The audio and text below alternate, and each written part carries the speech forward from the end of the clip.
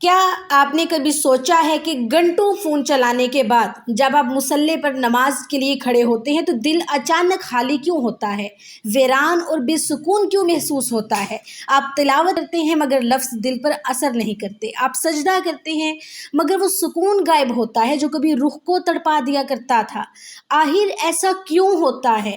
ہم نے کبھی غور ہی نہیں کیا کہ یہ جو ہمارے ہاتھ میں چمکتی ہوئی سکرین ہے یہ صرف ایک فون نہیں ہے، یہ ایک ڈیجیٹل زہر ہے جو آہستہ آہستہ ہماری روح کے اندر اثر کر رہا ہے اور ہمارے دلوں کو مردہ کر رہا ہے۔ ہوتا کیا ہے، ہم روزانہ صبح اٹھتے ہی اپنے فون کی سکرین آن کرتے ہیں اور بستر سے نکلنے سے پہلے ہی دنیا بھر کا کچرا اپنے دماغ میں لیتے ہیں۔ یہ بے مقصد سکرولنگ، یہ ٹک ٹاک، انسٹاگرام اور یوٹیوب پر سیکنڈز کے حساب سے بدلتی ہوئی ویڈیوز، یہ ہمارے دماغ کے ساتھ کیا کر رہی ہیں؟ نفسیات کی زبان میں اسے ڈوپامین ہٹ کہتے ہیں۔ جب آپ ایک ریل دیکھتے ہیں آپ کو 1 سیکنڈ کا سسپینس ملتا ہے، اگلی ریل پر ہنسی آتی ہے، تیسری ریل پر کسی کی عیش و عشرت دیکھ کر حسد یا احساسی کمتری پیدا ہوتی ہے اور چوتھی ریل پر کوئی حادثہ دیکھ کر خوف بیٹھ جاتا ہے۔ صرف 5 منٹ کے اندر آپ کا دل اور دماغ جذبات کے اتنے شدید اتار چڑھاؤ سے گزرتا ہے کہ وہ بری طرح تھک جاتا ہے، اور جب آپ اس تھکے ہوئے پر گند اور کچرے سے بھرے ہوئے دماغ کے ساتھ اللہ کے سامنے کھڑے ہوتے ہیں تو دل کیسے حاضر ہو سکتا ہے، روح کیسے بیدار ہو سکتی ہے؟ دیکھیں، اسلام ہمیں سکھاتا ہے کہ دل ایک برتن کی طرح ہے۔ اگر اس برتن کو آپ دنیا کی لغویات سے، گانوں سے، حسد اور دکھاوے کی ویڈیو سے اوپر تک بھر دیں گے نا تو اس میں اللہ کی محبت، قرآن کی حلاوت اور نماز کا سکون ڈالنے کی جگہ کہاں بچے گی؟ جگہ نہیں رہے گی۔ ہماری روح کا ایک رزق ہے اور وہ رزق ہے ذکر الہ اور سکون، لیکن ہم نے اپنے روح کو ڈیجیٹل کچرے پر لگا دیا ہے۔ جب ہم گھنٹوں سکرین پر ایسے لوگوں کی زندگیاں دیکھتے ہیں جن کا حقیقت سے کوئی تعلق ہی نہیں ہوتا تو لاشعوری طور پر ہمارے اندر اللہ کی تقسیم پر شکوہ پیدا ہونے لگتا ہے، ہمیں اپنا گھر چھوٹا لگنے لگتا ہے، ہمیں اپنے کپڑے سستے لگنے لگتے ہیں اور اپنی زندگی بورنگ لگنے لگتی ہے۔ یہیں سے مردہ دلی کا آغاز شروع ہو جاتا ہے، جہاں انسان کے اندر سے شکر گزاری ختم ہوتی جاتی ہے اور ناشکری کا اندھیرا چھا جاتا ہے۔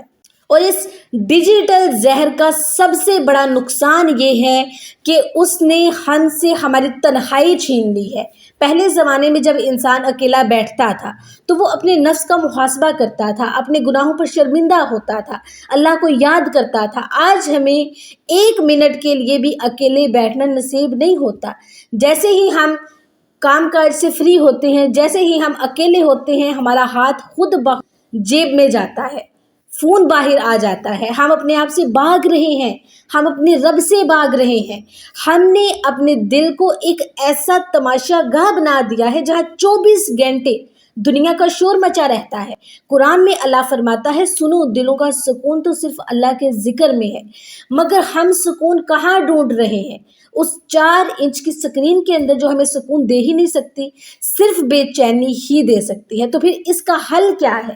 کیا ہم فون پھینک دیں؟ ہرگز نہیں۔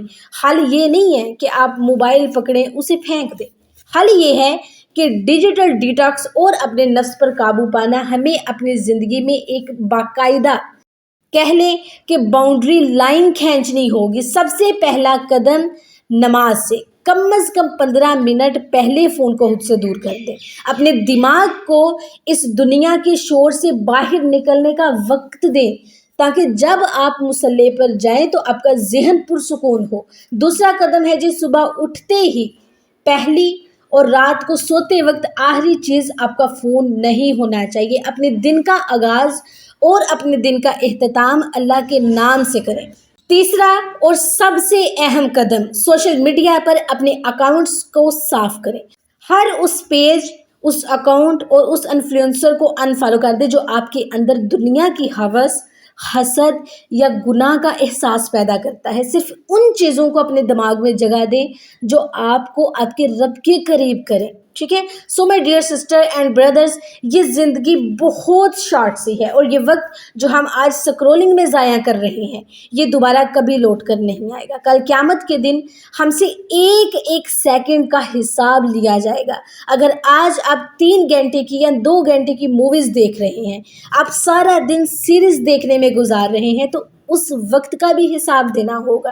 امیجن کریں جس 2 گھنٹے کی مووی آپ نے دیکھی ہے، آپ ان 2 گھنٹوں کا حساب کل کو کیا دیں گے؟